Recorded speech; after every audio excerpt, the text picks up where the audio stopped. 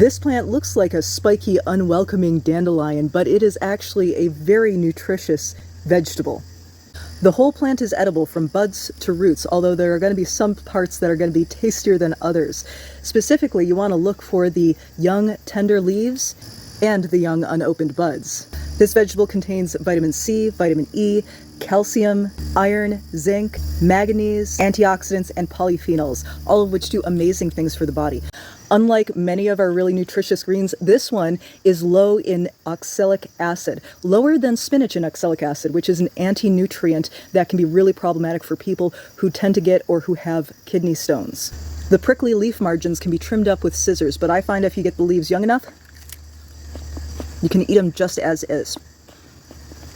It is a little bit prickly, but if you boil it, not only will the prickles soften, but it will also reduce the bitterness. It is a little bitter, but bitters also have medicinal value. It gets your saliva going. It gets your digestive enzymes going. If you have trouble digesting food, if you're reaching for the Tums all the time, instead of doing that after a meal, try reaching for a bitter vegetable prior to your meal to prime your digestive system to actually digest the food you're eating, and you'll feel so much better. The tiny buds are also really good, raw or cooked.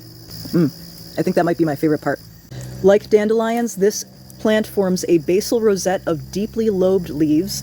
When you cut the stem, it is hollow, and you will see the stem and the leaves exude a milky sap, just a little bit.